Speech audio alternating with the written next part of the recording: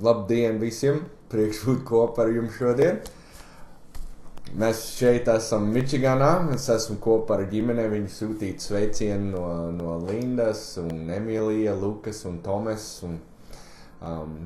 Tagad ir medības sezonas vidū. Rītdien mēs ar Tomasu brauksim uz mežonīga Mičigana ziemeļu pusē un dzīvosim viena nedēļa teltī kopā ar vilkiem un lāčiem un cerību, ka mēs varam varbūt arī nomedīt kāda briedis. Bet tagad ir brīnišķīgs būt kopā ar tevi šodien, kaut arī ja tas ir tikai ar video, bet es dzirdēju arī labas lietas par jums un jūs bijat arī mūsu lūkšanās un ceru, ka arī mēs esam jūsu lūkšanās. Arī pa televīzija šeit rāda visas bildes, kas notika Rīgā ar Maksimā veikalā.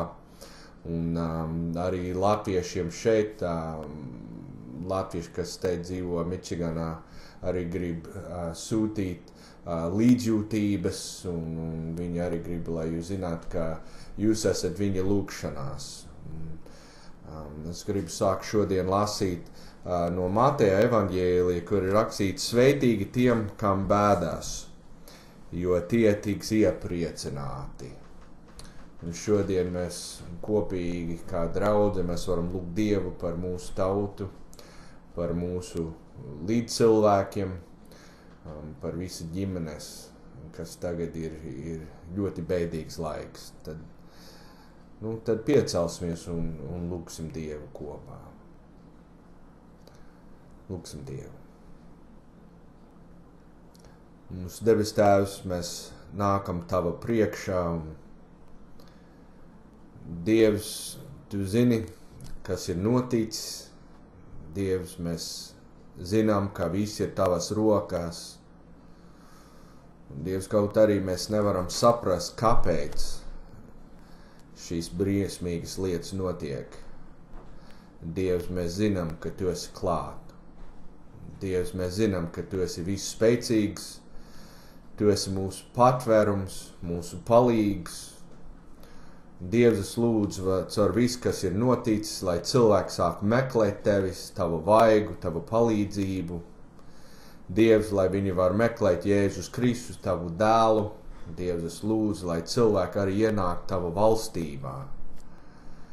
Dievs, es lūdzu, lai Tu palīdzi tiem cilvēkiem, kas zaudēja ģimenes locekļiem, kas zaudēja draugus. Dievs, es lūdzu, lai Tu dodi mieru. Dievs, es lūdzu, lai Dievs Tu dod spēku. Dievs, palīdz arī mūsu draudze un citas draudzes, Dievs, lai kristieši var būt palīdzējoši. Dievs, lai draudze var atrast viņa vietu, kur viņa var kalpot tiem, kas ir daudz ciets, Dievs. Es lūdzu, lai Tavs vārds tiks pagodināts. Dievs, mēs lūdzam visu Jēzus Kristus vārdā. Āmen. Āmen. Lūdzu, sēdēties. Kad Amerikā notiek tad ļoti briesmīga lieta, kad Ņujorka tie 2 torņi krita 12. septembrī, diena pēc tam Billy Grahams lasīja 46. psalmu Amerikas Nacionālais katedrāle. Un šī psalma bija ļoti palīdzējoša un bija ļoti piemērots. Un es gribu lasīt šodien no 46. psalmu. Un ja mēs varam lasīt kopā 46. psalmu. Dziedātāja vadonim, no korahitu dziesmam augstam balsim. Dievs ir mūsu patvērums un stiprums, tiešām spēcīgs palīgs bēdu laikā. Tāpēc mēs nebīstamies, kaut arī zeme zustu un kalni paša jūras vidu nogrimtu. Lai jūras ūdeni krāts, lai ceļas vilni un lai no bangas trākošanas visi kalni dreb. Tas kungs sabojāts ir pie mums. Mūsu stipra pils ir Jēkaba Dievs. Seilā. Taču Dieva pilsētu iepriecina viņa strauti, tī iepriecina viņa svētnīcu, kas visaugstākajam ir par mājokli. Dievs ir šai pilsētā, tas pamati negrilosies, Dievs tai palīdz jau rītam austot. Tautas trāko un valstis krīt, zemes izkūst, kad viņš pacel savu balsi. Tas kungs sabojāts ir ar mums. Jēkaba Dievs ir mūsu stipra pils. Seilā. Nāciet un skatieties tā kunga darbus, kas iztrūcina zemē, kas liek kariem mītēties visa pasaulē, kas salauž stopus, kas šķepus sadaudza un bruņas ar uguni sadedzina. Rimstieties un atzīstiet, ka es esmu Dievs.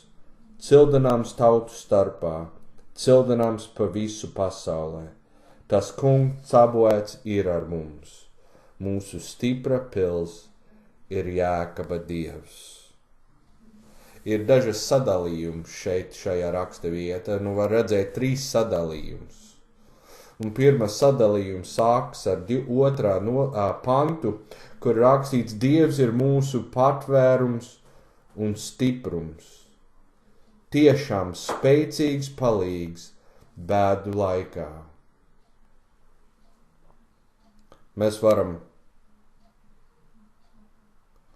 redzēt šeit, ka viņš ir mūsu patvērums. Dievs grib, lai mēs bēdu laika un grūtības laiku skrien pie viņam, lai saņemtu palīdzību. Viņš ir kā pils, viņš ir kā droša vieta, kur mēs varam paslēpties. Viņš ir mūsu patvērums un stiprums. Kad mēs esam vājši, kad mēs esam bezspēcīgs, viņš ir mūsu spēku, viņš ir mūsu stiprums. Tiešām spēcīgs palīgs bēdu laikā. Dievs ir spēcīgs. Dievs ir mūsu palīgs. Šeit ir brīnišķīgas lietas kā kristiešiem. Mēs varam teikt, ka tiešām Dievs ir mūsu Dievs. Viņš ir mūsu debes tēvs. Caur Jēzu Kristu mums ir īpaša attiecība ar Dievu. Viņš tiešām ir mūsu patvērums. Viņš ir mūsu stiprums un palīgs. Un tāpēc 3. nodaļa ir arī īsta un patiesa mūsu dzīvēs. Tāpēc mēs nebīstamies. ja 3. nodaļa ir patiesa. Ja 2. panti ir patiesa, tad 3. panti ir patiesa. Ja Dievs ir mūsu patvērums, stiprums un palīgs, tāpēc mēs nebīstamies. Tā ir brīnišķīga lieta, kā kristiešiem. Mēs varam dzīvot ar mieru sirdī. Kaut arī zeme zūstu un kalni pašas jūras vidu nogrimtu. Lai jūras ūdeni krāts, lai ceļas vilni un lai no bangas trākošanas visi kalni dreb, tas kungs sabojāts ir pie mums. Vienalga, kas notiek. Vienalga, ja mūsu ēkas krīt. Vienalga, ja mēs iesim pie ārstu un ārsts lasa vissliktāka variants, kas varētu būt ar mūsu veselību. Kaut arī, ja mūsu darba vieta rītdien vairs nebūs. Ja vissliktāka gadījuma ir realitāte mūsu dzīvē. Mums nav jābūt bailīgi, jo Dievs ir kopā ar mums. Viņš ir mūsu patvērums. Viņš ir mūsu stiprums. Dievs mums neapsolīja, ka nebūs problēmas. Dievs mums neapsolīja, ka vienmēr būs viegli.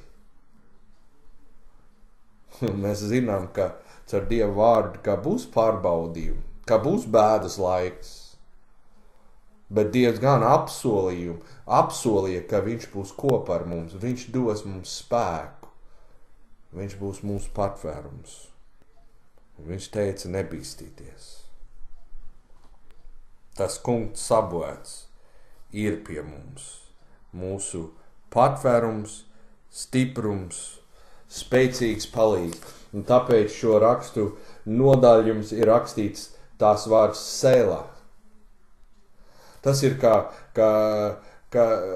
instrukcijas, ka kamēr lasīt vai dziedāt šo psalmu, šajā vieta ir jāapstājas un jāpārdomā par to, kas ir rakstīts. Lai tas dziļi iet iekšā mūsu sirdīs. Dievs ir mūsu patvērums un stiprums. Tiešām spēcīgs palīgs bēdu laikā. Tāpēc mēs nebīstamies.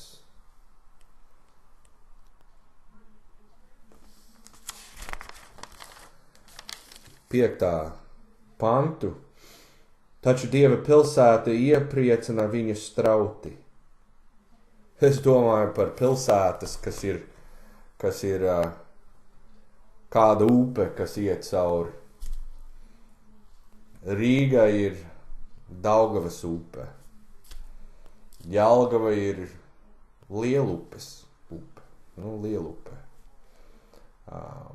Ozulnieki ir Iecavas. Jeruzaleme ir... Kā sauc tas upe, kas iet ar Jeruzaleme?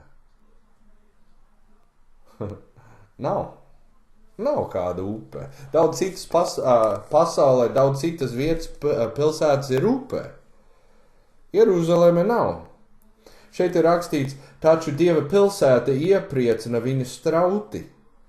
Tie iepriecina viņa svētnīcu, kas visaugstākajam ir par mājokli. Šeit šī strauti, šī straume, tas runā ne par ūdeni, bet par Dieva klātbūtnē.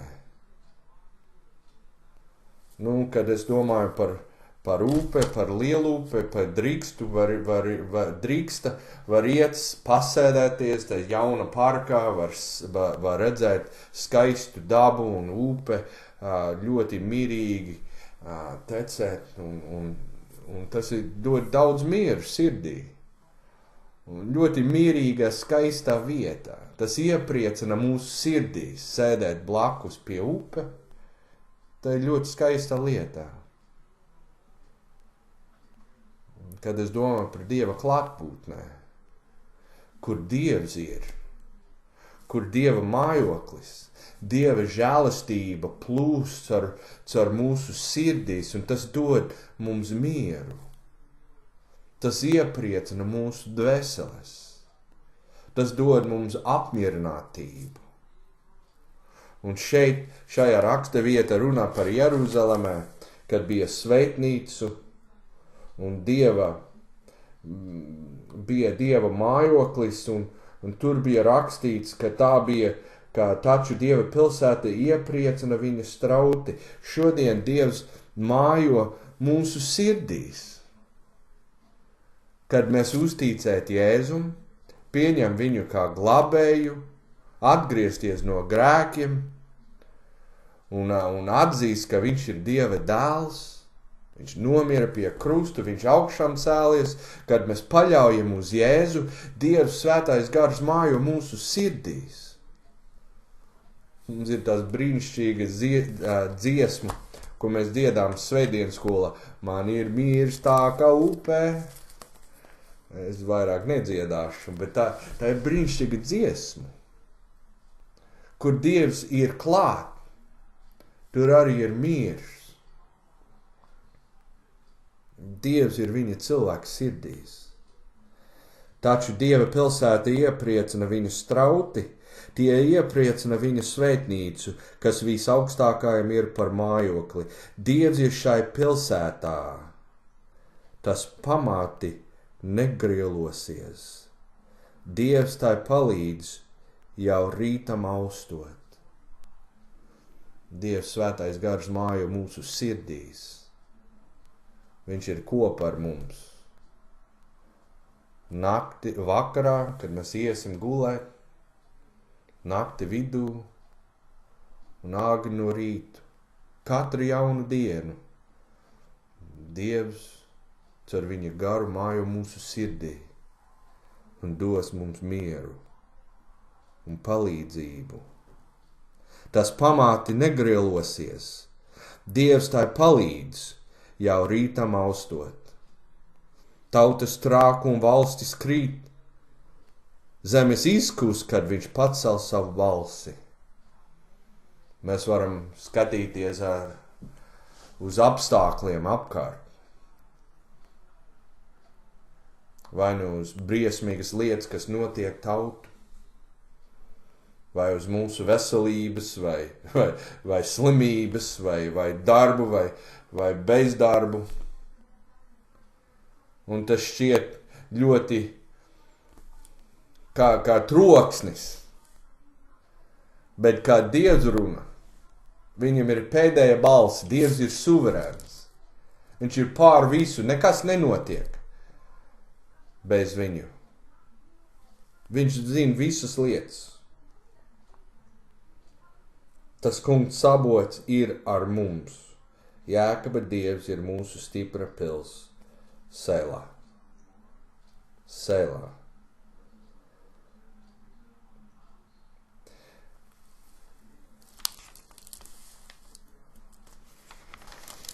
Devītais pants. Nāciet un skatieties tā kunga darbus, kas iztrūcina zemi, kas liek kariem mītēties visa pasaulē, kas salauž stopus, kas šķēpus sadaudza un bruņas ar uguni sadedzina. Tas kungs Sabots, tas nozīmē, ka viņš ir kungs par debesu pulku. Viņš ir debesu pulku vadītājs un varonis. Viņš valda par visu eņģeli, kas ir debesīs, un viņš valda par visu, kas notiek šajā zemē. Viņš ir suverēns un spēcīgs. Nāciet un skatieties tā kunga darbus. Daudzi cilvēki sāk meklēt Dievu bēdās laikās. Daudzi cilvēki sāk meklēt Dievu, kad sabrūk viņa veselība. Daudzi cilvēki sāk meklēt Dievu, kad sabrūk viņa ģimenes dzīvē. Caur grūtībām cilvēki sāk meklēt Dievu un pievērst uzmanību viņa radītāju. Un īstenībā tas ir par svētību. Jo šīs īslaicīgas lietas, kaut arī ir nozīmīgi, viņa arī ir īslaicīgas. Tas lietas, kas ir mūžīgs, cilvēka dvēselē, bieži cilvēki nedomā par to. Ikdienas lietas ir tik daudz un tik ātri nāk viena lieta pēc otru, viņi nedomā par mūžību. Viņa nedomā par viņa nākotnē, vai viņa būs debesīs vai elle. Viņa par tādas lietas nedomā, bet kādas grūtības nāk. Tad cilvēks sāk skatīties uz Dievu. Un ko viņš dara, kas viņš ir, vai viņš ir. Tā ir laba lieta. Kad cilvēki vairs neguļ, ka viņa pamosties, ka viņa vairs nepaliek tāda vienaldzības par viņa dvēselē. Nāciet un skatieties tā kunga darbus, kas iztrūcina zemē. 11. panta ir ļoti īpaši. Rimstieties un atzīstiet, ka es esmu Dievs. Rimstieties. Bieži mums ir vienkārši jābūt klusi Dieva priekšā. Bieži mums ir nebūt tik darbīgi un steidzīgi, bet vienkārši ir jāpaliek klusi viņa priekšā, lai mēs varam saprot, kas viņš ir un ko viņš dara mūsu vidū. Rimstieties un atzīstiet, ka es esmu Dievs.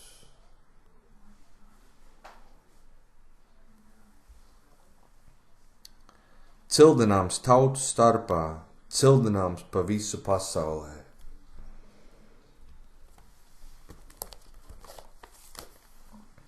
Mēs zinām, ka ir brīnišķīga apsolījums vēstulē romiešiem 8. nodaļa, 28. pants. Tur ir rakstīts, un mēs zinām, ka tiem, kas mīl Dievu, visas lietas nāk par labu, tāpēc, ka tie pēc viņa mūžīga nodoma ir aicināti.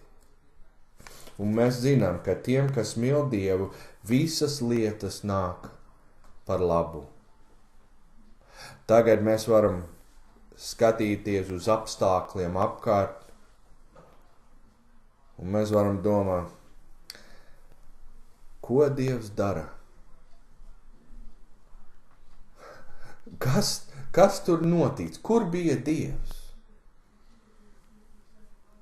Šeit ir apsolījums, ka visas lietas nāk par labu. Būs diena, kad mēs esam mūžībā, kad mēs būsim pie Dievu. Man liekas, ka Dievs dod mums tādu iespējas, lai redzētu visu, ko viņš ir darījis un kāpēc. Un no tajā veidoklis, no viņa veidoklis mēs varam saprast, ko viņš ir darījis un kāpēc, un mēs varam teikt vienkārši tik gudrs ir Dievs. Tik brīnišķīgs viņš ir. Visus viņus darbus ir labs. Cildināms tauta priekšā, cildināms pasaules priekšā. Dievs ir suverēns, viņš valda, viņš ir žēlastības pilns. Būs diena, kad visi cilvēki atzīst, ka Dievs ir, ka viņš ir labs un viņš tiks pagodināts ar viņa labus darbus.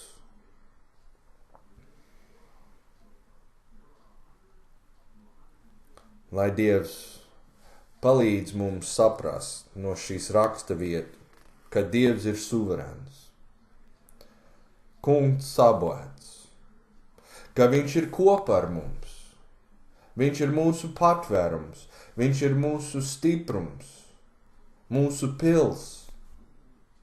Mēs varam skrien pie viņa, lai saņemtu spēku un palīdzību. Mums ir arī no viss, kas ir noticis pagājušajā nedēļā, ir dažas lietas, ko mēs varam iemācīt. Un viena lieta, ko es gribu atgādināt visiem, mēs varam arī redzēt Jēkaba vēstulē 4. nodaļa 14. pants ir rakstīts, jūs taču nezināt, kāda jūsu dzīve ir rītu, jo tā ir tvaiks, kas uz īsu brīdi ir redzams un tad izgaist. Mums ir jābūt gatavi satiekt ar Dievu. Mums ir jābūt gatavi iet mūžībā. 90 psalmi ir kāda gudrības. Psalmu 90 psalmu.